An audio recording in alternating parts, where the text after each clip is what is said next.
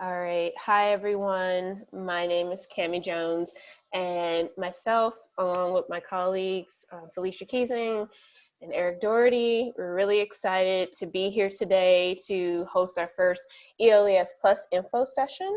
We have a lot that we want to talk with you about today about this initiative that's connected with the ELAS program. And so we don't want to waste any of your times. We know a lot of you are very busy, probably have been on a lot of Zooms today. So we welcome you. Just so you know, we are recording the session just in case if your colleagues that are interested in ELAS Plus, their ELAS, they have an opportunity to look back, and we'll post it on our website upon the conclusion of this. It'll take a little time though.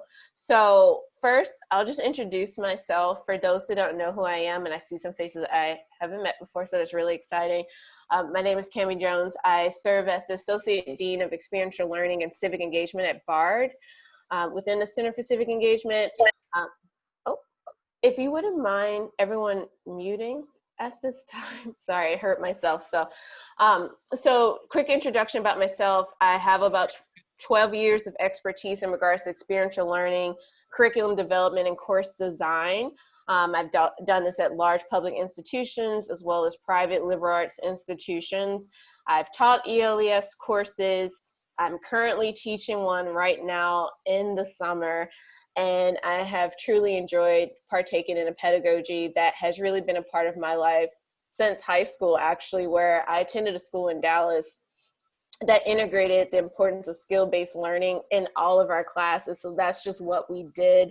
And this has impacted my life to the point to where I'm lucky enough that I get to do this professionally. So in regards to what we're doing today, this is connected to, I feel, a poignant time in higher education where we are thinking innovatively and creatively around how to keep students engaged during times like these. What tools do you use? What are the methods and practices to create not only an engaging classroom environment, but one that's accessible and interactive to our students as well? I always like to say this work is good work, but it's also hard, exhilarating work. And it's not only about the assignments, it's also about the process. And so we're going to take you along a journey today, really giving you an overview of this new addition to the ELAS program, which, by the way, has grown immensely, I would say, over the past few years. Annually, we serve about 500 students with a 90% success rate in our classes, and it includes a lot of different subdivisions of engagement. The recent one being the new ELAS in Kingston subdivision, which you'll hear about. So before we get into our agenda and more items, I want to also turn over to Felicia to introduce herself as well. Hi, everyone. It's nice to see all of you, albeit from a distance. So I'm Felicia Keesing, for those of you whom I haven't met or can't see anyway.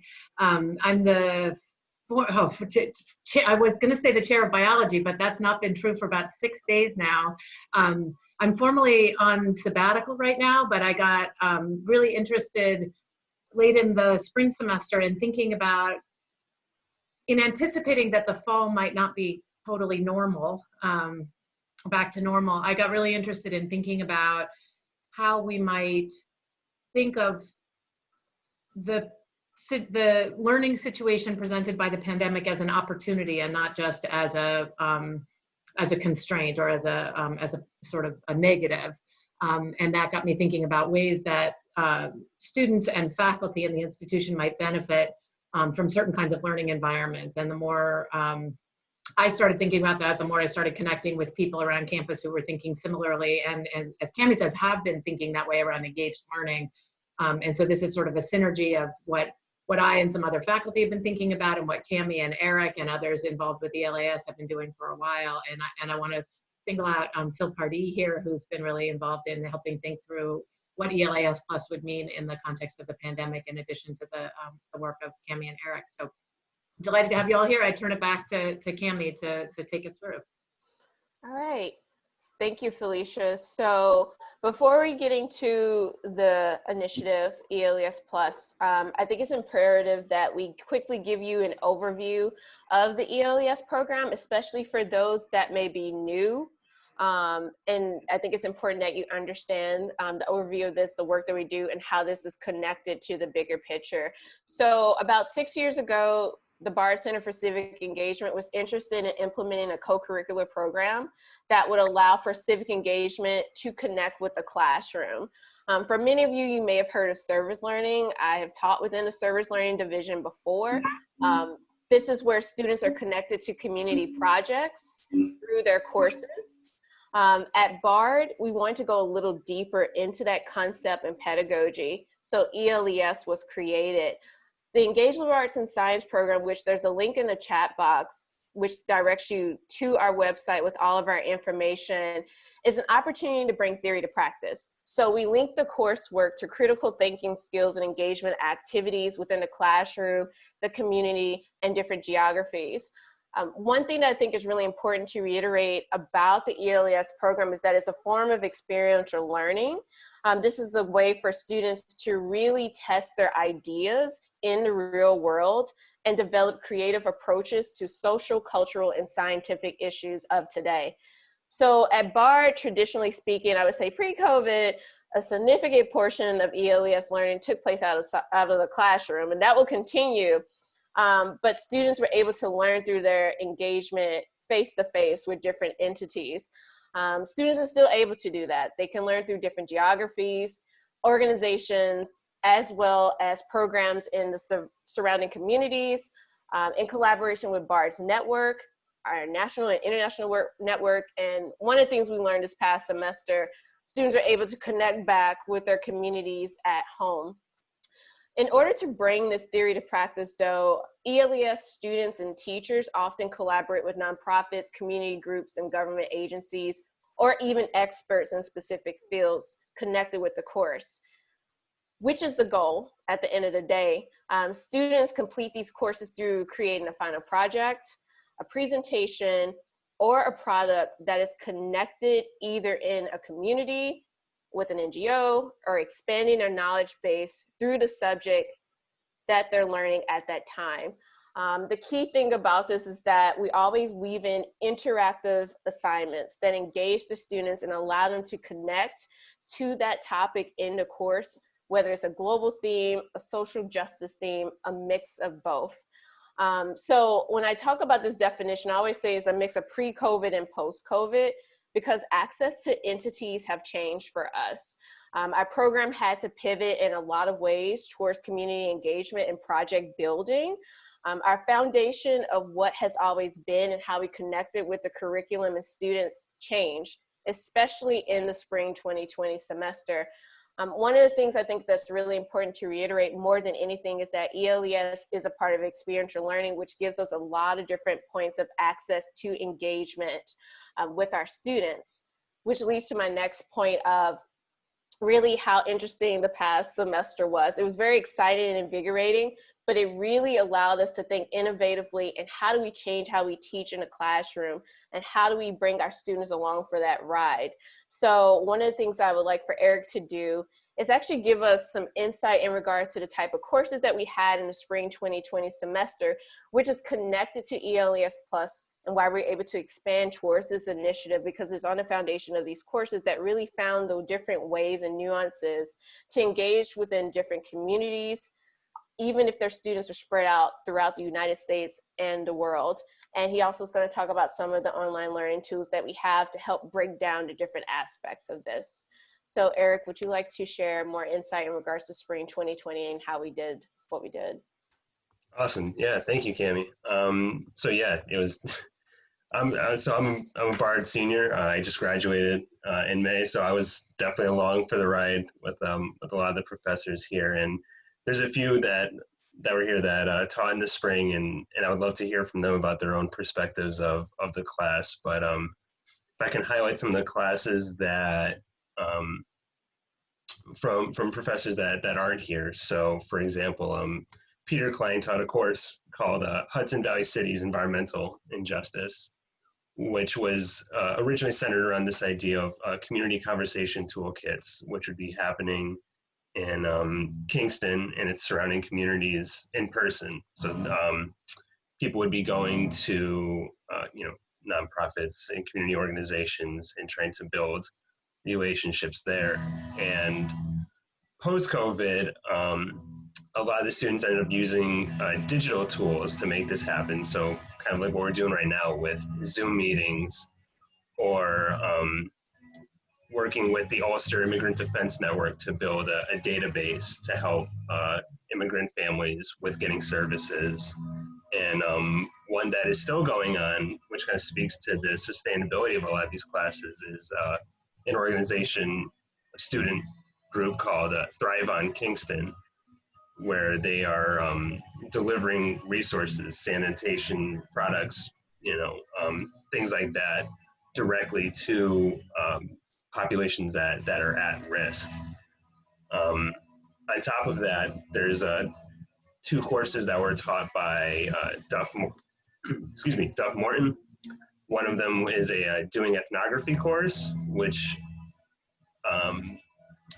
based off of just our talks together, it seemed like that one had more of a simple pivot, so to speak, where a lot of students came up with the idea of creating a website, essentially, that talked about responses to COVID and other things that they were seeing in their community. And I'm linking that in the chat box right now in case anyone's interested in checking that out. And it was a collaboration with 3 or 4 different students, and they would meet on like a weekly basis on Zoom and talk about how to build the website, what content was missing, who would go out to grab content, who would be doing writing, editing. So it was a really interesting experience from that perspective, because it also created not just a sustainable way to think about community engagement, but one that was regular as well. Students were meeting every week and doing, and working on this together. On top of that, there was another student who just interviewed his family and his partner's family to talk about, just the perspective of an ethnographer who's, kind of caught up in these like multiple forms of relationships. And then one student looked at Black student leaders on Bard's campus and how they interacted with the campus and what that meant to them. And some of the tools that they used were like a survey where, this person would just go in and he would interview, these leaders and talk about how the emotional aspects of their work couldn't be quantified, but were more expressed. So, which leads me to Duff's next class, which had a much greater issue adapting to COVID, because his class is really structured around internships. And that's a difficult one to, obviously to deal with in a pandemic, because, how do you intern at a place that you can't even visit? Ferncliff Nursing Home was a huge partner. It was one that I worked with when I took the class with him last year. And they essentially had to shut, the whole program down because they couldn't let the students in. And so then when he had, we were having all these like Zoom and Google Hangouts meetings, and it was like a brain trust, so to speak, just kind of, brainstorming all these different ideas of how to get these students who still wanted to do something, still wanted to work, and find out new partnerships with them. So some students end up working with another community partner, George Washington Elementary in Kingston. Others worked with Ulster Immigrant Defense Network, also helping with databases and things like that. And one student did an infographic, just 10 tips on self-care. They were working with BSEC students, and one thing that a lot of students were kind of grappling with was these wild structural changes and how to react to that. And one thing that a lot of faculty, staff, and even students didn't really talk too much about was self-care. How do you like kind of just take a moment to make sure that you're even in a good space to be performing, academically or otherwise. And so this infographic just was like a really bare bones way of just imagining, imagining the truth of the situation that a lot of us were finding ourselves in. And then let's see. So some other classes, there was an arts class that was taught by Ellen Driscoll, and she shared all these like really interesting final projects at the end of students in their own, personal community spaces, sharing their art projects. Words are written on a wall, little installations that kind of popped up all through their communities. And I think what this kind of speaks to is kind of what Cami was saying earlier of how these classes offer new ways of imagining communities, and specifically how students find themselves in their communities and the skills that they build through these classes as ways of benefiting not only themselves but outward facing towards their neighborhood or towards their family or their school or wherever they find themselves in at the time. But yeah, like I said, there are other professors here that taught in the spring. I would really like to know what their experiences were like.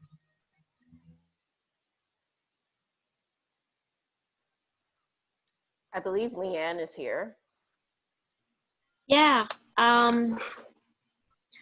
Well, I had a course on local currencies, and it actually, I suppose one could say it was intensified and became more relevant as we hit COVID, because local currencies are something that typically work and are useful when the other currency system is not working. So when people are laid off and there's money perhaps exiting, then a local currency solution is sometimes a way to coordinate spare resources in a community. And so that was just really kind of exciting to make the best of a terrible moment, was to really look at how local currencies worked in the Great Depression and how they work in, impoverished areas and during crisis and what they're trying to achieve. And then we're suddenly thrown into it. So I had 5 students. One student did a project looking at the Bard community and their food delivery system internally, and was looking at how maybe how we could leverage the Bard Bucks and to incorporate that into that network by also trading friends, trading volunteer, charity donations amongst the students. So it was a hypothetical, but we were talking with getting information from and interviewing people on campus just to come up with a suggestion. There was also another student who worked with O Positive and came up with a really great proposal, and I believe they've now hired him to do some work with them. So he was going to transfer. O Positive is like a musical festival that swaps wellness offerings from various healthcare practitioners who want to support musicians. And so he came up with a model where we're going to keep these healthcare credits over the entire year instead of just having them for the 3 days. So they were really enthusiastic about that. The director wrote to me and said, "Oh my God, this is amazing. Thank you." We had another student who also was looking at employing musicians full time. So he's a musician himself. And he also had, could have had more interaction now in the summertime. It didn't quite work out, but there was a lot of possibility there where he was keen, they were keen. And it's just dependent on the student, like whether they want to pursue that direction. Things take off and sometimes it's not really what they were hoping for, even though it was really good. We had another student who was searching for a project and then had to go back to Europe, back to Spain. And so then he decided to create an EU local currency, which could be used now in COVID. So he's in Spain. He saw, economic recession around him, and there's lots of local currencies popping up there. And he also, he tells me he's talking with lawyers to to pursue his project. I'm not quite sure how far that's going to go, but it was a really interesting project. He got very excited about it. And then we have another student also was in Peter Klein's course on Thrive On, and he's now doing a local currency. He was studying it and is now in full, this summer, he's in full force implementing a local currency in Ponkhonki, and is talking with the Ulster County and with donors, and it's just extraordinary how he has run with this. So let's see, I had 5 students. I think that's it, but it was phenomenal. Thank you, Leanne. Quickly, before we transition to talking about the program, I know Eli is here as well. Eli, did you want to share any additional insight in regards to some of the things that your students did that kind of weighs into this theme of different avenues of engaged learning, I should say? Sure. So we had an urban oceanography class going last semester. And so in order to get ocean, we had to collaborate. We were collaborating with a high school that is on, what's the island? Harbor. In the harbor. In the harbor, yeah. In the harbor. And these, so these high school students who are learning marine sciences in their high school were partnering with my students. And so when COVID hit, we were able to continue doing these collaborations because we'd already been working remotely. So that was helpful.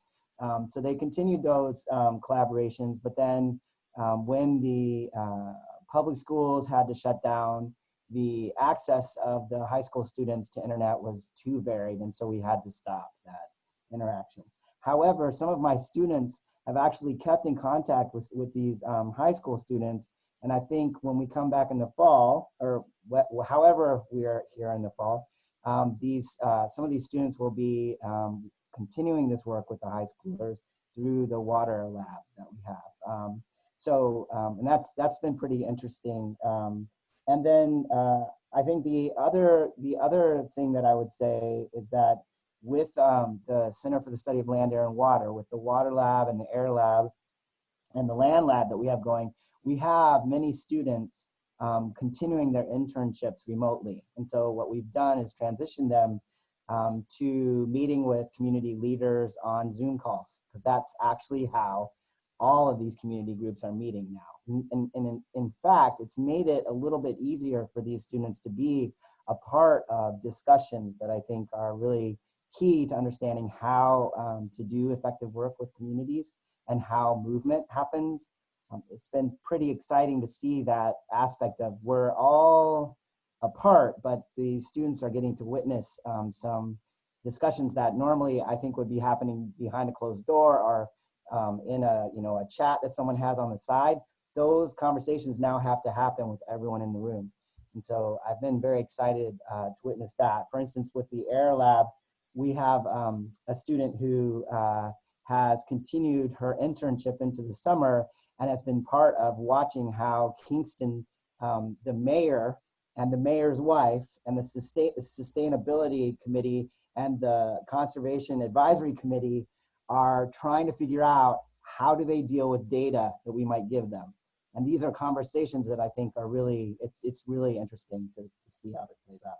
And then I think the last thing I would say is that with these kinds of interactions, I think the cool thing about it being online is that we are not as limited, I don't think, with the number of students that can witness and be part of community conversations as we were when we all would show up. So with the Sauk Hill Watershed community, several times we had classes come to visit and it was a little overwhelming. There'd be a lot of students and not as many community members.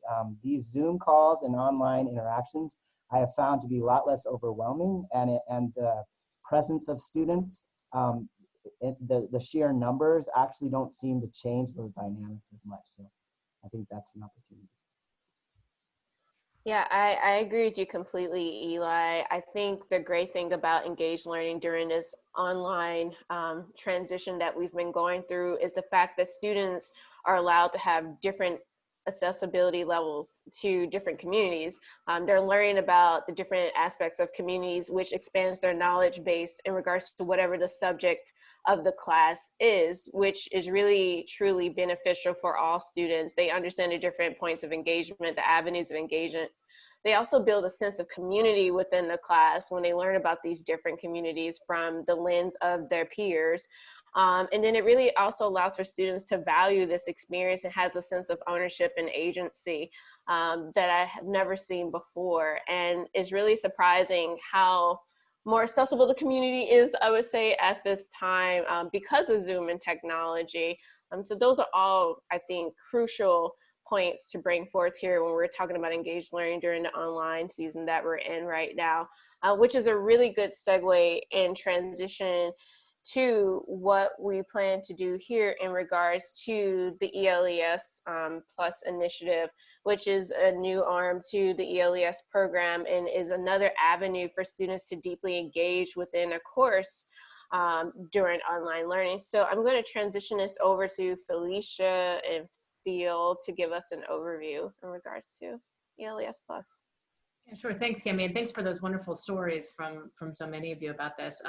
They're wonderful examples. I think they've captured the examples from these classes that we've heard about so far have captured this idea of engagement as some kind of engagement with a local community or with individuals within the community, and those have been sort of, as I see it, I have never taught an ELAS class, but those have been kind of the bread and butter of ELAS classes and part of what's made the program thrive. The vision for ELAS is to continue with that kind of thing, I think, for people for whom that makes sense for their classes, but also to think about engagement in this larger sphere too, where it could be the students engaging with their learning in a different way, not just engaging with communities, right? So I'm not trying to set those up as mutually exclusive, but maybe I could give an example, for example, from a science course, for example, that if you were teaching, say, a microbiology class for non-majors, and your students were, some of them in Annandale and some of them not in Annandale, you could potentially have students doing microbiology collection and even some work with microbes at a distance, rather than having students listening to lectures or doing virtual labs online. That it would actually be that they go out and collect samples where they are, and you could try to build into the architecture of the class that that working with microbes where you are is actually part of it. It's not just a poor substitute. So we're not trying to pretend like we're all still in Annandale. From a point of view of like a natural history class, for example, it could be that you go out and wherever you are, whether that's in Annandale or somewhere else, and you're actually doing natural history surveys of whatever it is that you have access to. So again, it's not necessarily making that available to your local community, although that could be a part of it. It could be that that is just part of the process by how you're learning the material. The original way that we were conceiving of this was not as an engaged class, but actually as escape from Zoom. If you think about it, that we're trying to get people off moments like this and out there into the world. And if that's engaging with their local communities, fantastic. If that's doing what Catherine Boivin did with her class last spring, which was having them bake medieval bread, for example, or do other kinds of medieval things that were hands-on activities off of the computer so that they were actually doing things, that would count as well. There's a very large umbrella in my mind for ELAS, which really we want to think about that as ways that we get students out off their computers and off this sort of passive receiving situation into a way in which they're able to manage their own learning experience out actively in the world a little bit with a broad umbrella and a broad scope of engagement. I'd love to hear from Phil about some thoughts he has about what an ELAS Plus course might look like in the humanities. But I just want to say that I have tenure and I am unafraid of addressing any issues about what the teaching environment might be like at Bard, despite Leon's conversation last week. So I think ELAS Plus is actually a fantastic way to respond to what I think the actual teaching and learning environment is going to be like in the fall. And so if anyone wants to hear thoughts about that or get some exploration of what, as someone who spent a lot of time reading about COVID and has thought a lot about the teaching environment in the fall, I could certainly give you what I suspect it's likely to be like and why I think this kind of format for classes and faculty for whom it's useful will be good for students, for faculty, and for the institution. And so I'm really looking for a sort of global win-win here because of what I foresee the real situation likely to be. So Phil, do you want to talk to us about writing and other kinds of classes you imagine? Sure. Can you all hear me okay? I'm connecting through my phone here. It's really great to see you. It's great to be here with you. And I guess I would say I've been a fan of ELAS from a bit of a distance for a long time. And I was lucky enough to be involved in the early brainstorming stages of this particular project. And I think for me, the thought has always been, I think of ELAS as being about engaged civic engagement in some kind of way, and that's how I always had perceived it. And the challenge for me as someone who mostly teaches poetry has been how would poetry fit into an ELAS course? And it's been kind of a koan I've been carrying around for years, and occasionally I'd come up with an idea. And so around the time we were thinking about this, as Felicia said, it was partly escape from Zoom, and it was partly foreseeing a completely remote semester. At least that's how I was thinking about it at the time. And so I'll just offer one example of what kind of came to life for me. In poetry, there's a really lovely, noble tradition of documentary poetics, which is poets who it's really the intersection between poetry and nonfiction. Poets who really use the art to document what's happening in their world, in their communities. There's amazing poems by Robert Hayden and Denise Levertov about the Vietnam War. It's really a kind of engagement through the arts with the world around them. And so what I envisioned, as I envisioned trying to teach a poetry course with students scattered around the world, was really challenging them to document their community's experience of, at that time, the pandemic that was around them. And I envisioned them, if they could, walking the streets. I envisioned them doing interviews, scouring the newspapers, the local papers, the radio stations, and really coming up with a portrait in an aesthetic form of this particular moment of history. And again, we could look at many examples of how that's been done in the past, and then doing our own versions. And I think what got me excited was it did three things I really value. It got students really critically engaged in their local communities, which I think is one of the things that ELS tends to do really well. It challenged them then to translate that into an art form, which for them would be new and something to struggle with. And it also really made a palpable connection between the world outside the classroom and the classroom. It really kind of put both into conversation together in a way. So I hope one day to teach this course. I think it'd be a really exciting way to get students sort of pursuing something creative at Bard, and yet doing so in conversation with the world kind of right outside their door. So I offer that as an example, I guess, of how an ELS course might work in the humanities or in creative writing. So I envisioned two things along the lines of the documentary poetics class, like what if students, wherever they were creating archives of their community's response to COVID. So that's a sort of another kind of engagement that is very much of the moment. So again, I think we see this very broad umbrella that captures all the kinds of things that ELAS has done, but also captures this particular moment that might not, we hope, be replicated again anytime soon. So Leanne mentioned in the chat that she'd like to hear this perspective on what I anticipate for the fall. If other people would find that useful, I'm happy to just encapsulate that. Okay, so I will just say very quickly, I would say that what I would expect in the fall is, first, I understand Leon's perspective that we want to offer an in-person experience, and a lot of institutions are choosing the same thing, and clearly that's what we're planning for.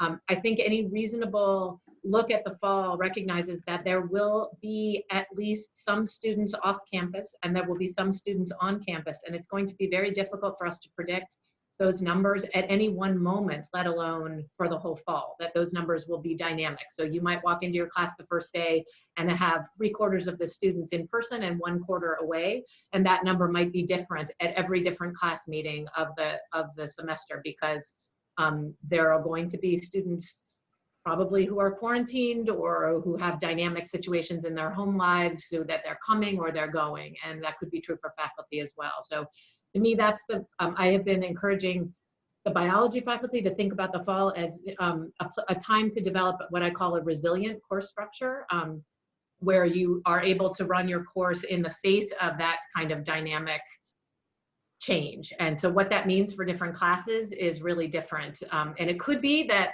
I'm over anticipating. It could be that we walk in and there are 1 or 2 students who aren't on campus, and it just stays that way the rest of the time. But that is certainly not where it looks like it's going from here.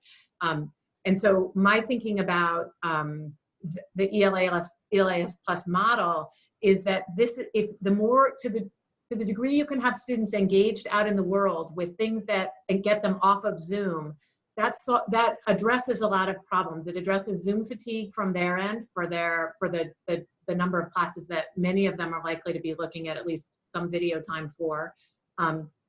It addresses some of the density needs in classrooms. So one of our challenges is going to be how to have in-person classes meet safely. But when I think about this, for example, for a science class, I think, well, what if half the class were out doing some kind of lab work and the other half were meeting with me, and then I was able to switch that around. But that requires me to have a substantive and really tightly integrated, engaged experience for the students to have.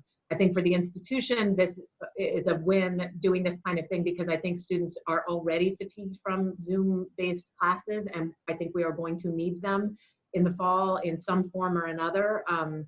Again, not exclusively Zoom, but there will be Zoom components, or at least pre-recorded components. And so to the degree we can get our students out doing things that feel more real and more substantive, the more likely we are to retain them, which is good for the institution and addressing the kinds of issues that Leon was raising earlier as you know, sort of the goal of having in-person classes. So I'll stop there to just say, to me, this is really, if we can, to the degree we can pull this off well, this is a win-win-win for everybody for the kind of fall and possibly spring that I envision. And that's where my interest comes from. So if there are specific questions, I'm happy to address them. Yeah, Felicia, I can just add an example to what you're talking about in regards to an external experience when you have students all over the world. So I'll use myself as an example. I'm doing that right now. I'm teaching a class that is on women in COVID-19. So this is in response to what's happening in our external communities, but it's also connected with global injustice that we see, and engagement and social unrest.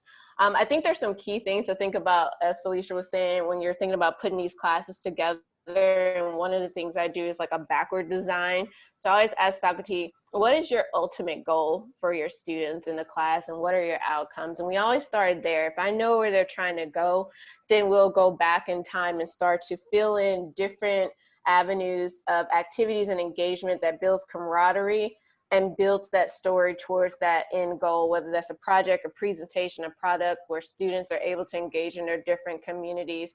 So if I would just add something to what Felicia said, is really thinking about how are you going to weave engaged assignments that build up to this ultimate goal, where students are outside the classroom, they're engaging within their communities, but it's also connected to the curriculum within their current space. So thinking about speakers, thinking about weekly focus groups where students are broken into groups and really engaging in whatever the curriculum and readings are in the class, and giving them opportunities to do external research and engage time.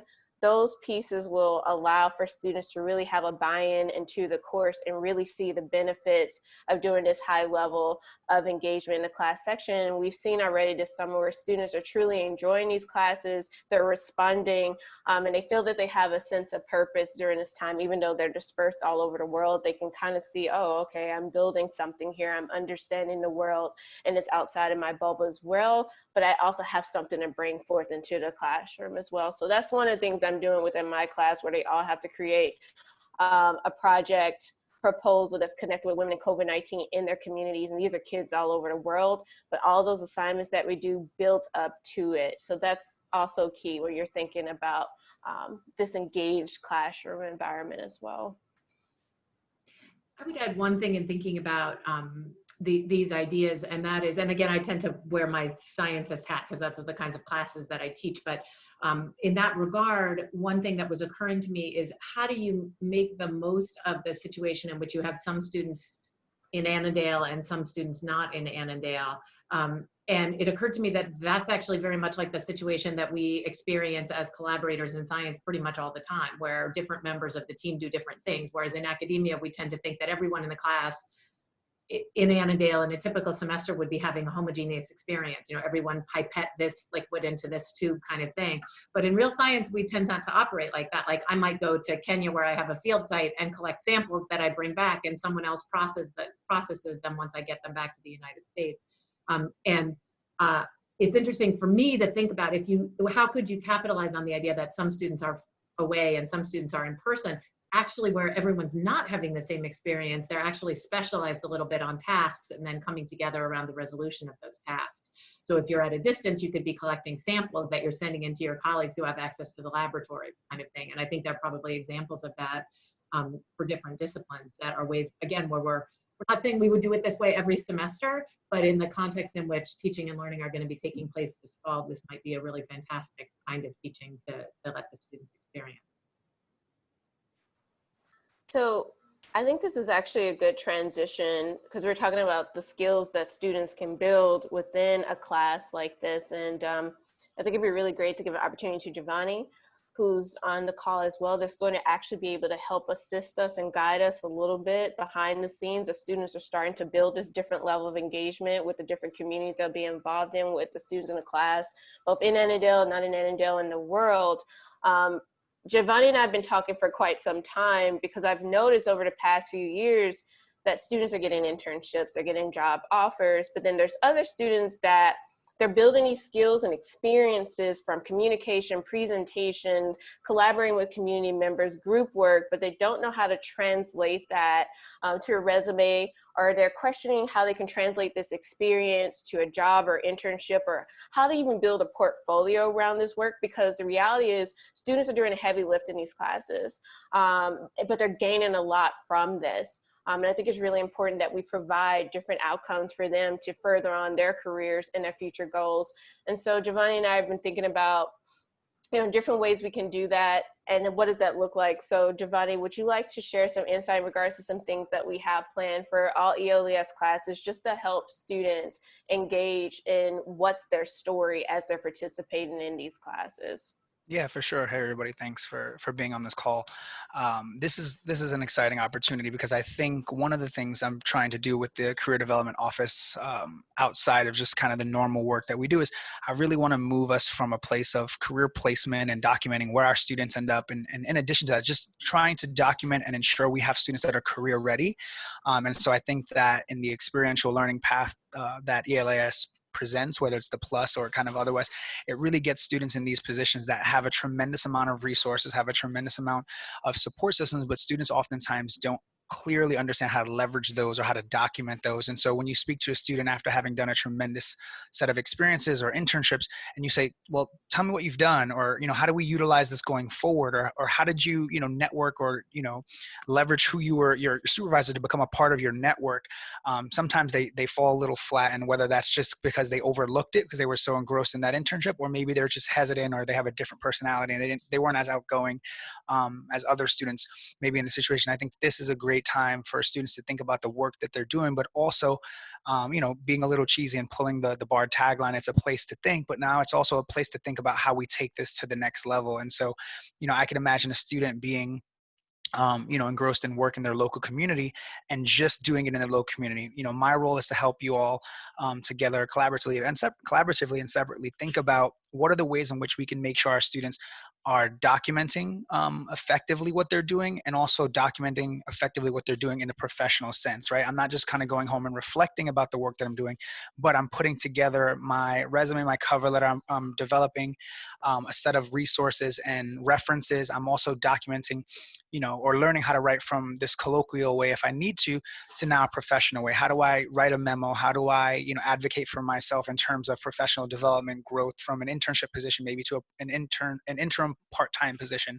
And so really getting students to think about some of those, people call them transferable skills, but I'm trying to shift the narrative to these essential skills of communication, management, leadership, and how do we get those? And so whether they're attached specifically to a week in your course, Cami and I have been talking about putting together a set of workshops throughout the ALAS plus time in the semester that you can all direct students to go to and say, hey, this semester, these 8 professional development courses or workshops will be held, or these 6, or however many we think as a team are needed.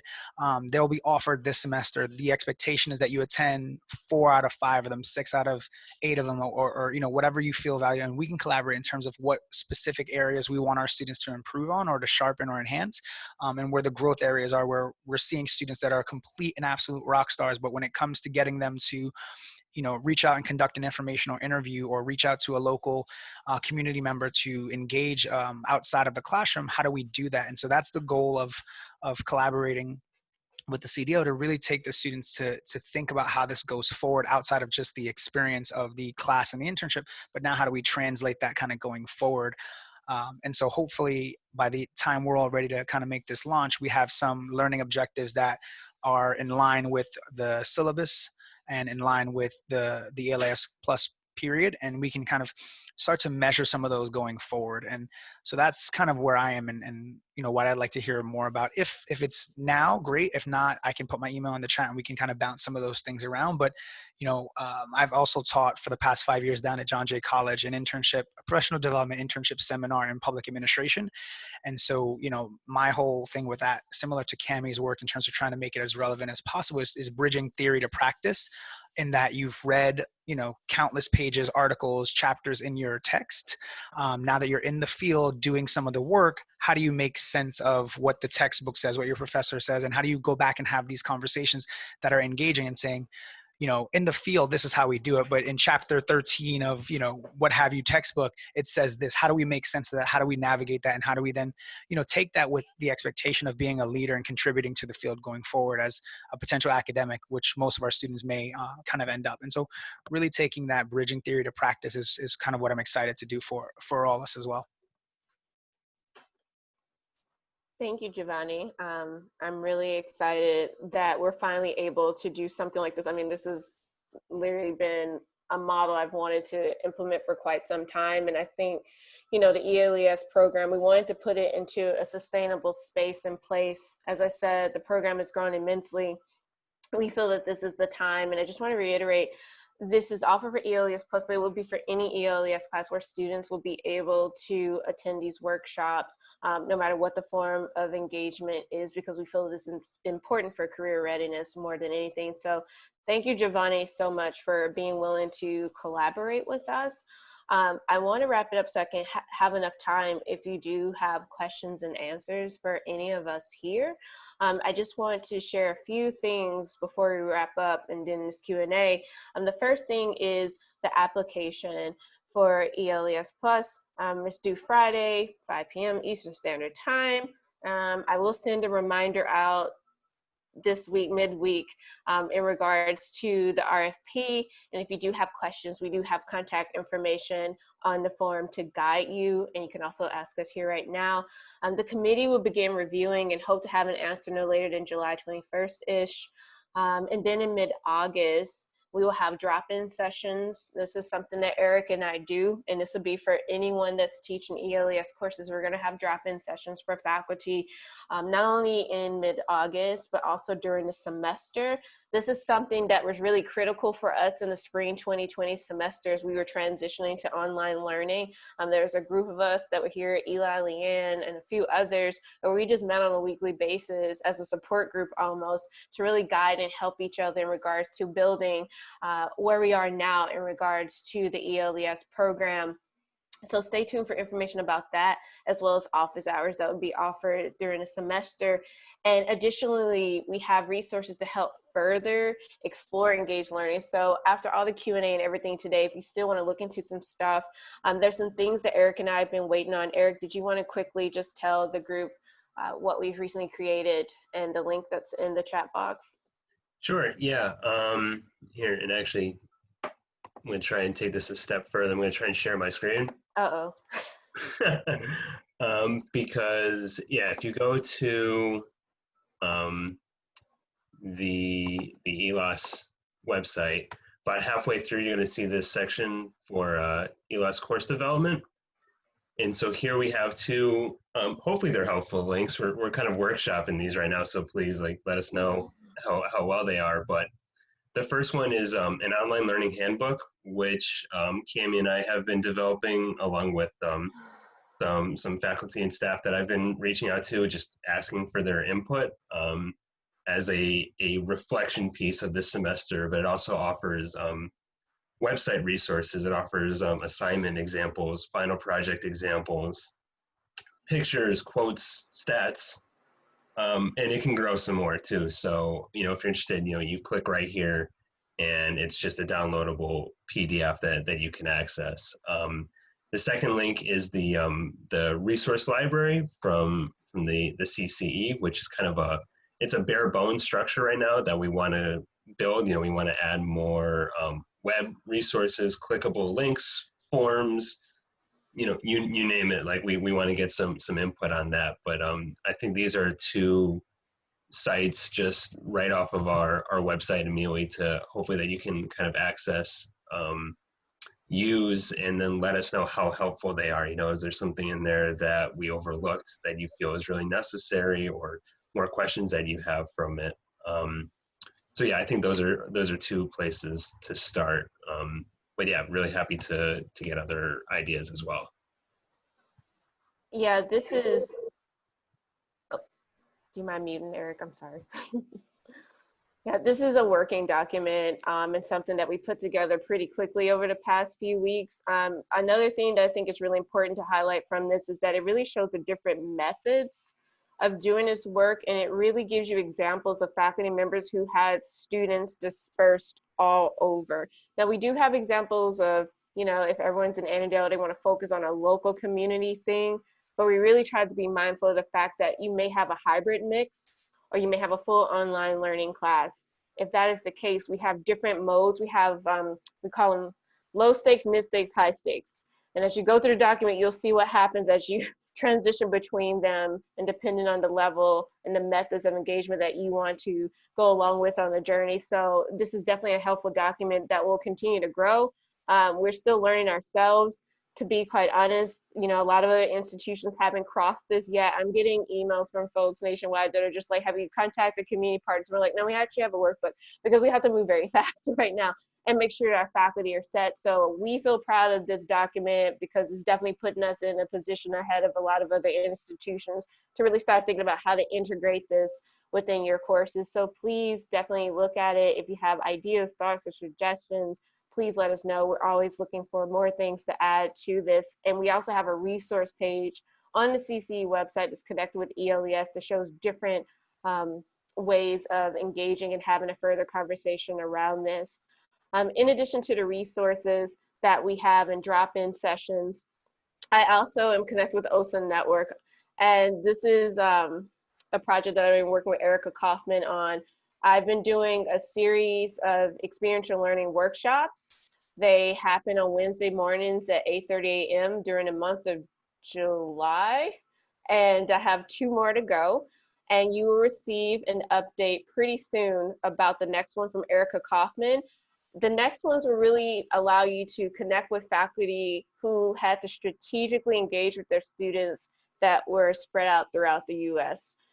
So this week we'll have Ellen Driscoll, and then the following week we'll have 3 key faculty members where it's an Ask an Expert workshop. This is open to not only BARD faculty, but the entire international network, because the network itself is also transitioning to this. So we're trying to cater to everyone at this time. And they'll have an opportunity to engage with you, and you can also brainstorm and throw out ideas to them. These are folks who have taught ELAS pre-COVID, post-COVID, everyone spread out over the world, everyone in the classroom, or a hybrid mix.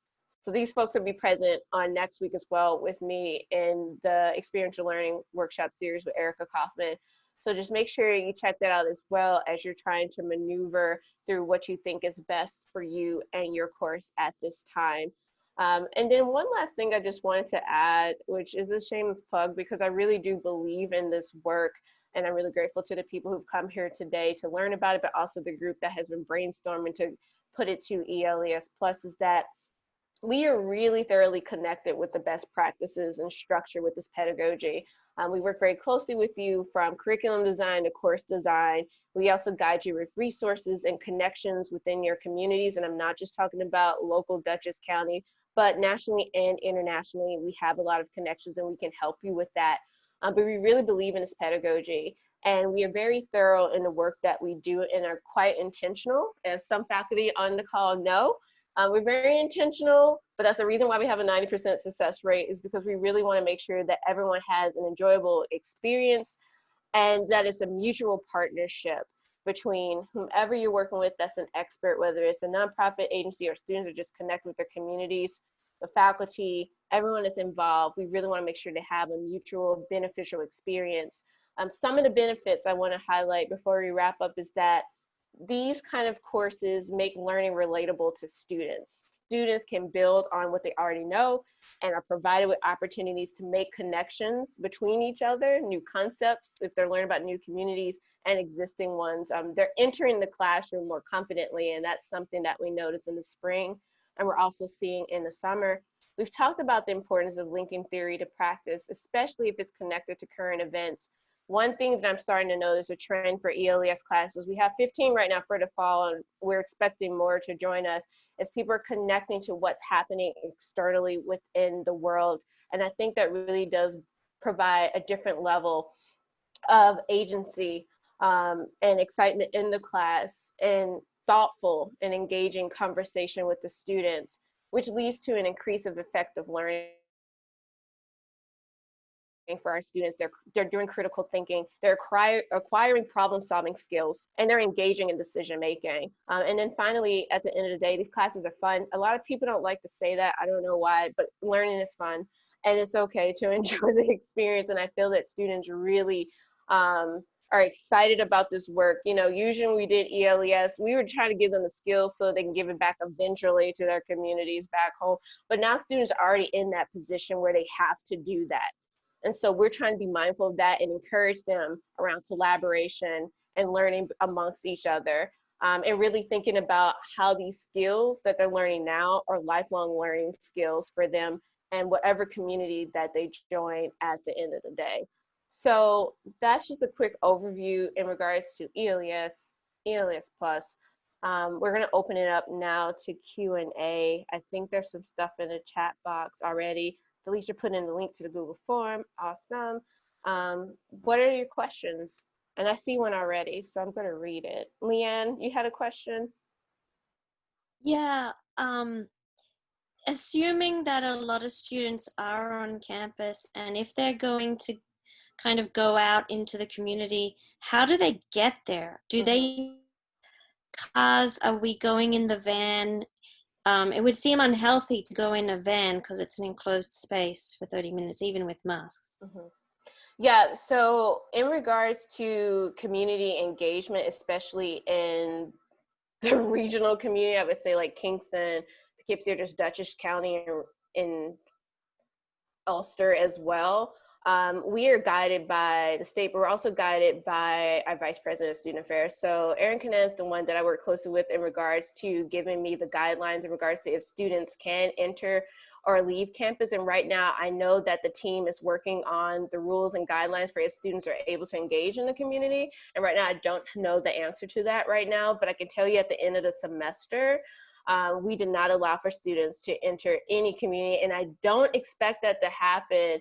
And Felicia, who's the scientist here, can probably give more insight around that, but I do not expect us to encourage students to enter communities at this time, just to think about the safety of everyone at hand right now, which is why we're talking about being creative in regards to the projects that you do, in regards to the communities that you connect with. There are other ways that the community can be brought in or students can connect without them going there in person. So really thinking about the technology piece of engagement that will allow for students to still do the work, but we're gonna have to adjust because of this online learning platform, and also that we still have the pandemic. It's gonna look different.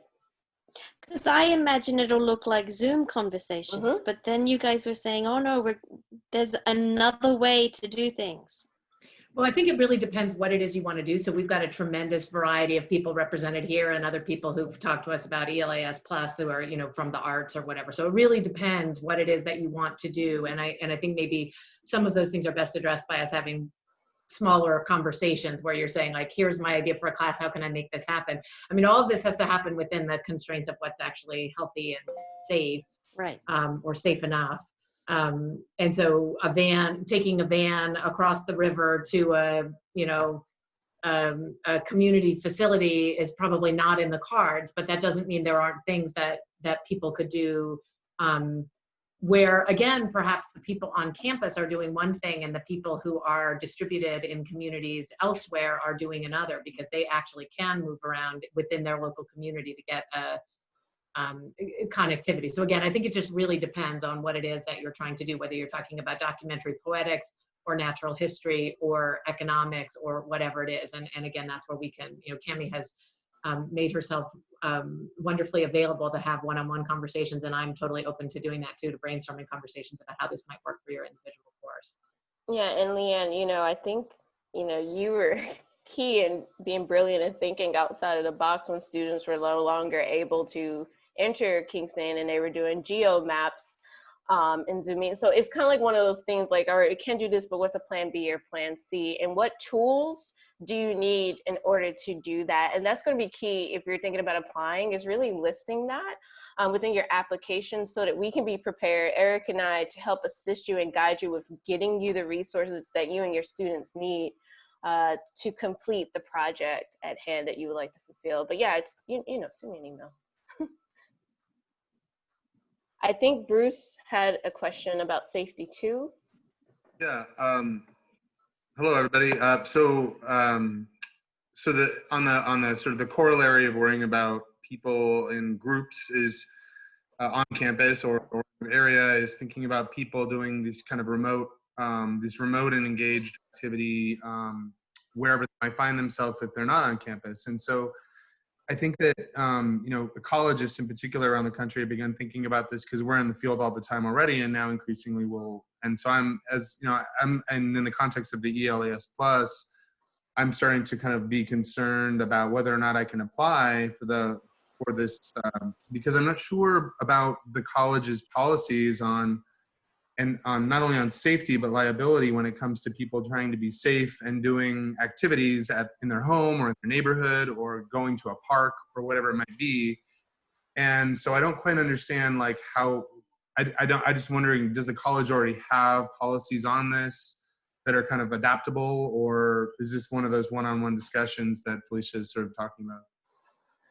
Yeah, it's definitely a one-on-one discussion, but I am taking notes because one of the things that we're doing at Center for Civic Engagement is putting together guidelines for working with communities. So that's a work in progress right now, and we're hoping to have something pretty soon. It's something that I brought up as well, because we are mindful of the fact that it's not so simple as putting students in a van and you're going to Kingston. Now, like you said, you have students that may be in DC or in Texas. What does that look like? Which goes back to the fact of really being thorough and mindful about the type of project that you want to do with your students. I mean, that's where me and Eric can come into place and help guide you with thinking about the different ways to be engaged. We are really good with that. We had to be this past semester. So we can help guide you and set up a one-on-one to really have you think through and brainstorm some different ways to engage so that your students are safe no matter where they are. And I can tell you this past semester that we had a really good rate of keeping students safe no matter what the situation was in the class. We kept every student safe and no one had any issues in regards to entering any community that they wanted to be a part of. So we can definitely help you with that. It would be a one-on-one, but I also, on the other side of my brain, I'm thinking about ways that CCE can put out some guidelines in regards to how we connect and that it's connected with the institution as well. Yeah. Okay, so so if we were to have one-on-one conversations with you, also to kind of be aware of the college's position on insurance and liability and those sorts of things as well. I'm sorry, what was that? I'm sorry, you broke up. So for example, I'm thinking, well, I'd like to have some students go collect some insects wherever they are. That shouldn't be hard. There's insects everywhere. But what if they walk down the street to a park? Or what if they get hurt in the park? Or what if they want to what if someone accosts them because they have a net in their hand or something? There's all these little, and so I don't know if they're covered in liability on off campus, but in the context of their activities in a class. do you know about those kinds of issues? Or I guess I'm just kind of wondering, like, if this kind of issue has been brought up before or not. Well, this is a new thing because our students are dispersed all over. So I knew all about the liability in regards to the local community and connected with the college. And when students had to take field trips, we had different forms of paperwork that they had to complete. But this is a new thing. And I'm actually glad that you brought this up because this is something that I need to look into and move pretty quickly on to see what the college stance is on. So I would definitely look into that. Okay, can I send you an email? Yeah, send me an email. Okay, thank you. Send me an email and I will look into that pretty soon. I'll be sending out an email right after this to see what I can find out. I really appreciate you bringing this up because this is unprecedented, and it is a good thing to think about in regards to the safety of our students, no matter where they are. So I appreciate thank you, Cami. it. Thank you so much. Yeah, that's great, Cami. And Bruce, it is a really good question. I mean, what I would say is that from a departmental point of view, because we have students, not often senior project students who are going out to collect data out in the field, we do have some policies around that that are about students going to remote locations. So if a student is going somewhere that's not in a public location, we expect them to go with someone, and we actually allocate departmental funds so that they can have fellow student go with them so that they're never alone, right? This sets up an interesting situation, as you say, where if a student is walking down the street to a park and it's a couple of blocks away, they wouldn't presumably need to be accompanied in that situation. So how do we just make sure that we're within the bounds of liability? So I think that that is a manageable situation.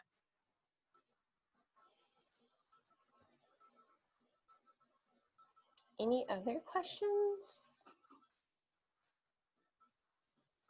This is less of a question, just kind of more of a statement of support in that I'm confident, like Cami and Felicia, I'd also be available when it comes to kind of collaborating and having conversations with local organizations. If you had a student there, how do we put together some kind of professional working agreement that these are the expectations of the student, these are the expectations of the organization, and that we were here in the event that there was any kind of questions or concerns or of attendance or this came up, so we wanted to have a discussion. And I'm just reflecting back off a recent incident with Nobody Leaves Mid-Hudson, where because of the kind of protests and things that are happening all over the country, students kind of put together in an advocacy form, a list of demands to have an organization that stands for organizing, community organizing, and asks some things. And so the organization responded a certain way. The students had their feels about it. But if, we had a conversation with somebody from the career development office, from Cami's office, from the faculty's office, we could have intervened a lot sooner and had these conversations be a lot more smoothly kind of taking place. So it's one of those things where nothing's perfect. This is an unprecedented time. And so that we're hoping that we could utilize this as an experience, right? To kind of make lemonade out of lemons. And I think it's a great opportunity, regardless of the global pandemic, to really get students in a community and outside of a typical structured classroom. And I know personally that sometimes gives folks some anxiety, but I think if we do it together and we ask the questions we need to ask and make it work, I think it's definitely an opportunity for some tremendous experiential learning. Yeah, that's a good point, Giovanni. I have to remind anyone who's interested that we have a dynamic duo that will guide you through any question you may have, anything that pops up, any assistance that you need. Myself and Eric are literally willing to help you and guide you through some new things that maybe we haven't even thought about. So please don't forget that we are here to assist you, and we are connected to a broader, larger organization within Bard College that is really mindful and focused around these same things as well, because we do have students in the past that do different levels of one-offs and different forms of engagement. So it's definitely on the forefront of our minds. But like Giovanni said, we're still moving very quickly as well. New things that we didn't think about are starting to pop up, and we're trying to react as quickly as possible. So you just really contact us and connect with us, and we'll make sure to assist you as best as possible. Thanks, Giovanni. I think Naoko has a question, but I just wanted to, before we take that question, I just wanted to echo Giovanni's point. And Giovanni, I'm totally delighted about these workshops, because one thing I think we need to be recognizing is that our students have had not only their springs disrupted, but also their summers, and they're going to have their next years disrupted in terms of not just their learning, but also their opportunity for professional development, for internships and things like that. And so to the degree that we can build support for internships and resume development and networking and that kind of thing into their fall and possibly spring experiences, we're compensating for something that they're not getting, including the opportunity for many of them to study abroad, because we're looking for these ELAS classes often to juniors and seniors who are finding their college experiences curtailed, and to the degree we can open doors and make possibilities for them and teach them how to navigate organizations, walks to parks and things like that in a safe and responsible way. This is the world they're going to be living in for the next period of time. And so I think all of this is meant to sort of respond to that in a positive way. So Naoko, what was your question? I'm looking forward to hearing.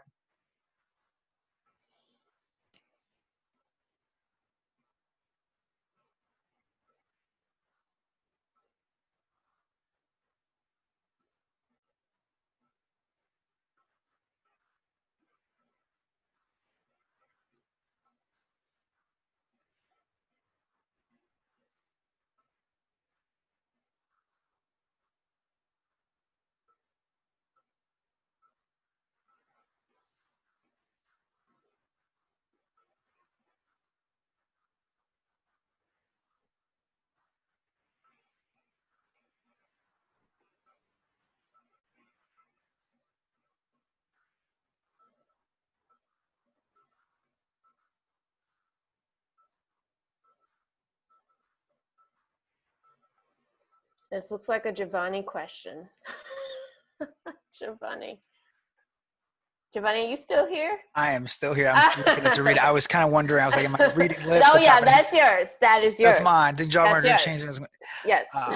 Yeah, no. So I think this is a Giovanni question for sure. The job market has already changed. It's a lot of things in terms of career searches and career developments are shifting from this idea from almost like temp to perm, from like remote to perm. I think if this has shown large and small organizations anything, is that there's a chunk of work that can be done remotely effectively and efficiently. And so I think this is also a professional development tool for our students to start sharpening their communication skills, start sharpening the technologies that they need to become more accustomed with.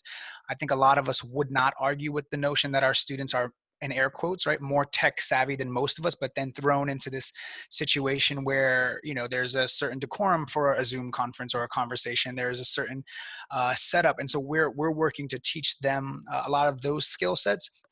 But we're also getting them to, as you were mentioning, old jobs won't come back, getting them to think about jobs that don't exist yet and how they then position themselves to create those opportunities.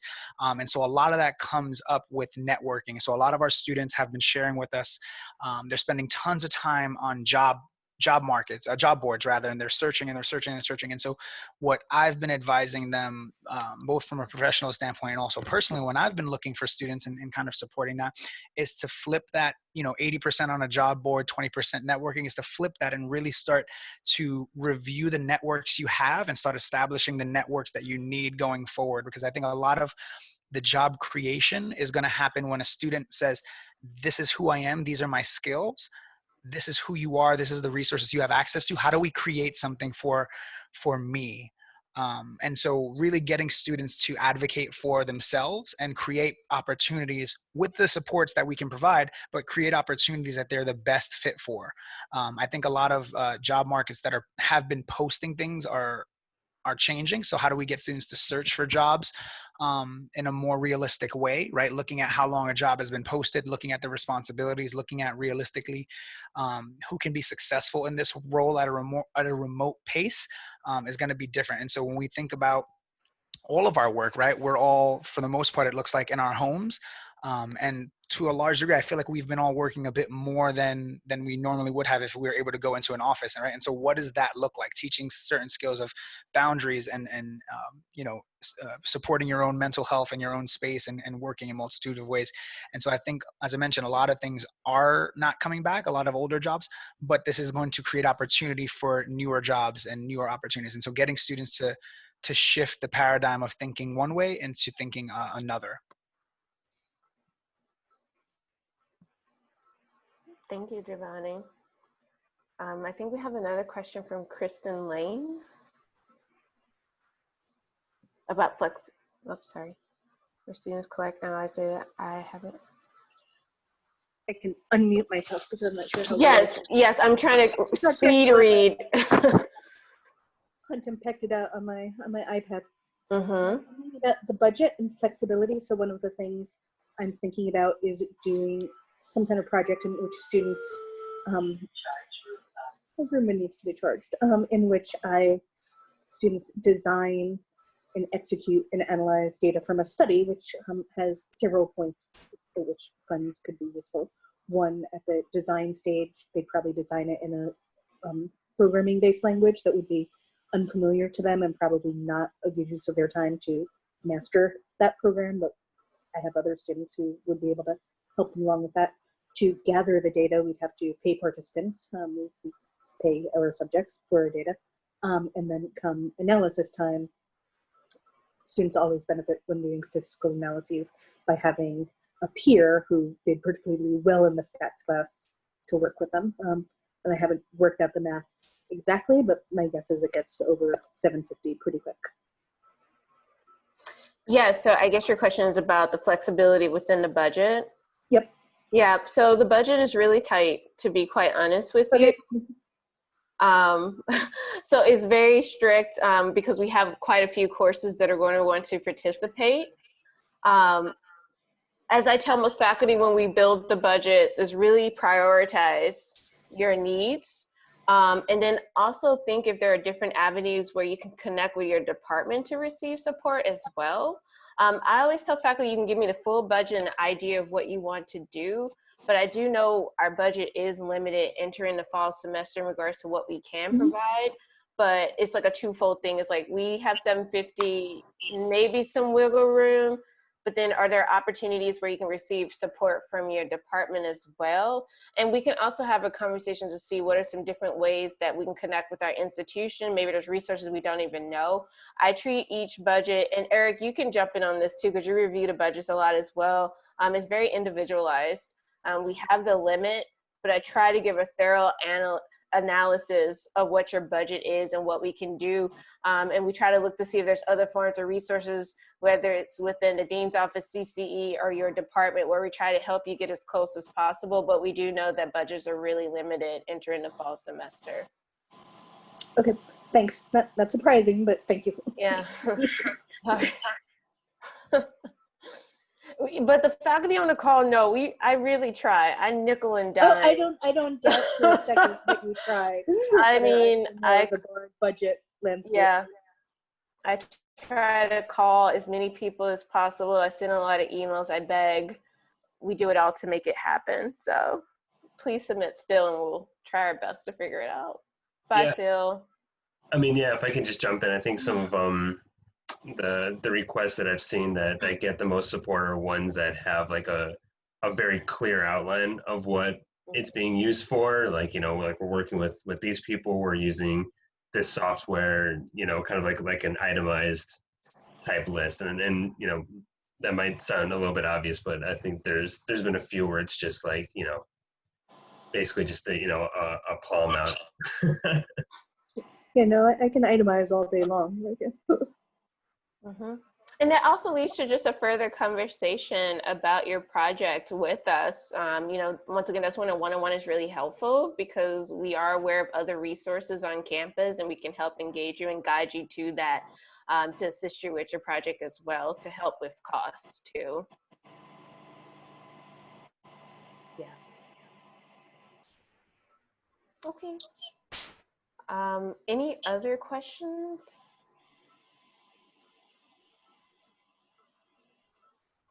It's ELES. Leanne, that's your designation. We will have a list. We will have a list that we'll put on our website.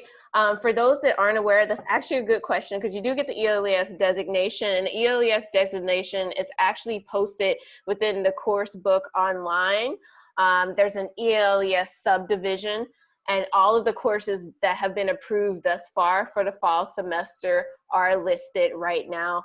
And then on the CCE page, we will outline this new initiative as well. And we will list the inaugural classes of this, like we did for the Kingston classes this past spring semester, Leanne. So that's how we'll designate that. Because it was interesting. Most of my students didn't know they enrolled for an ELAS class, but they had a great time. I mean, it was great, but they didn't know about it. So Well, they were just signing up for a class and didn't know what they were doing. Well, for yours, it was the first time we actually had an econ class do ELES. Yeah. There are particular divisions on campus that are heavy ELES, and those students are directed towards the ELES subdivision online. But yours was a surprise and is one that students heard about afterwards in regards to wanting to get engaged with that level of currency, which was really exciting. So it's one of the things that we've been working on. I can say, I know that was your experience, but generally speaking for the ELES program, a lot of students are aware of it and actually are looking for these type of classes at the end of the day. It's something that we share with the Dean DOSA's office, as well as other divisions on campus to push. So one of the things that Eric did last year prior to the semester was we created this one pager that listed all the classes, and we sent it to all department heads so that they are aware, as well as DOSA. We plan to do that again. It's going to be very quick to do this, which is why we have such a quick turnaround, because by August, there needs to be a list that's sent out. I don't even want it by August. I want it by the end of July, hopefully, so that as students are registering, they know, especially the first year students. The upperclassmen are starting to get it, but the first year students don't know what ELES is. And we won't have the picnic or barbecue to engage with them, to get them excited to do it. So we're gonna have to get some things out pretty quickly to the DOSA office so the students are aware and can register.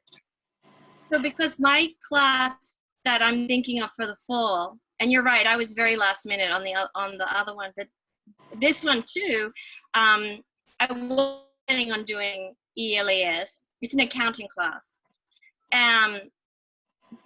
But now I've talked with my chair and we're thinking of doing it. But all those people who are already registered, signed up for something that wasn't ELAS. Not that it matters, because I was still going to do the same thing anyway, but just. Yeah. We're still trying to figure out, this is going to be interesting times for us, which is why we're trying to work as quickly as possible to get different forms of correspondence out to everyone. It won't be perfect. I do think students are going to be looking for different points of engagement than usual, because like I said, like Felicia said, we don't know what we're going to do in the fall, but I think students are going to look for specific courses that will allow them to easily transition to the online learning platform. And it is out there that ELES classes, more than many, are able to do that. So I think students are going to be very critical about the courses that they sign up for, especially first years. And I know they're getting that information out to them.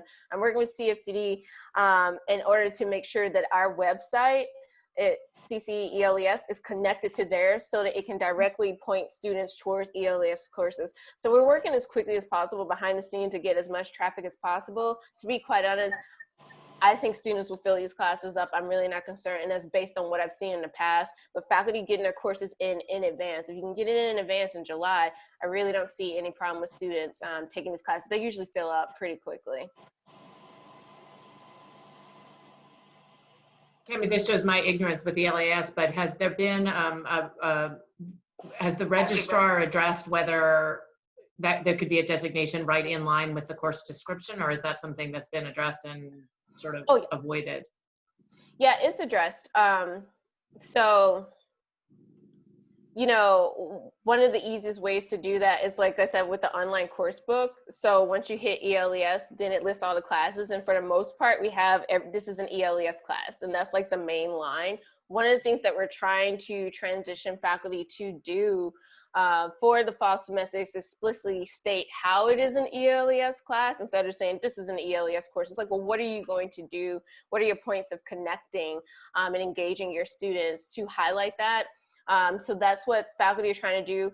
I think with this program, it'll definitely be a great opportunity for faculty to explicitly state and say that it is an ELES course and how it is an ELES course. But the main point of entry in regards to designation is online, clicking on ELES, which is cross-listed within whatever division that the course is in for right now.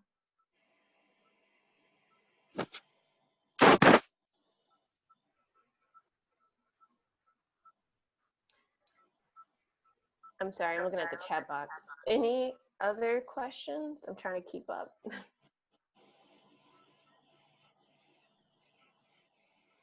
And one of the other things that will help guide you with, in addition to the pre-registration, then the registration, is as you're putting your syllabus together, we would definitely be reaching out to you, giving you the specific language that needs to be placed in the syllabus to alert students even more around what ELAS means.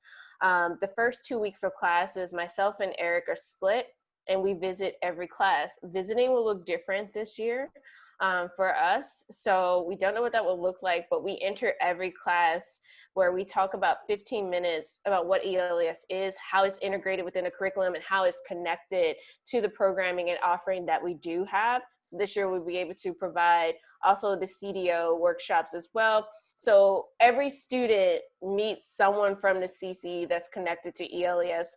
They understand what it means. They know what it entails. And it allows them to be guided through the semester. Not only that, but myself or Eric do class visits throughout the semester just to see and engage and see where students are at that point. We're also utilized as guest speakers, whatever you may need. And then at the end of the semester, we have our own assessment for ELAS, which we are very current on. As I said, right now, 90% of students have engaged in our courses and they are successful and they see the benefits of it and they would take the course again. We actually had our highest marks for the ELAS program last semester. So pandemic came and we did our best work. So that was really good to see. But we really try to stay on top of the program and manage it thoroughly. This is why it's very important to know that it is okay to communicate with us. And those that are on the line know that you can reach out to us. And within 24 hours, you will hear from us and have some point of guidance or meeting set up to guide you with whatever it is that you need to maneuver and proceed on with succeeding in your class. So we are available as best as possible. I'm glad that Eric is here because I am teaching right now in the midst of everything else. So my schedule is a little weird right now. But once I'm done teaching, it opens up a little more, and we're basically just keeping the month of August or the second half open so that faculty have access to us. And that is the main priority, is making sure that every faculty member has an opportunity to launch their class well. You're talking to people who have either taught this class, taken an ELAS class, or built one. So between Eric and I, we've done it all. We've seen it all. We've experienced it all. And we're willing to help you. Nothing scares us. Like seriously, like your questions, they really don't, because we've seen everything and we have experienced quite a bit, I would say. So you're in good hands. Like we're really excited to work with you. Any other questions? Okay, it's 4:30. Awesome. So be mindful of everyone's time. It was right on time. Perfect. Perfect time. Thanks, everyone. Thanks for coming. Yeah, so just email us. Seriously, email us. We're here. Thank you so much for your time. And thank you to everyone who's here. Thank you so much. Bye, ELAS. See you Bye. soon. Bye. Bye, everyone. Bye, everybody.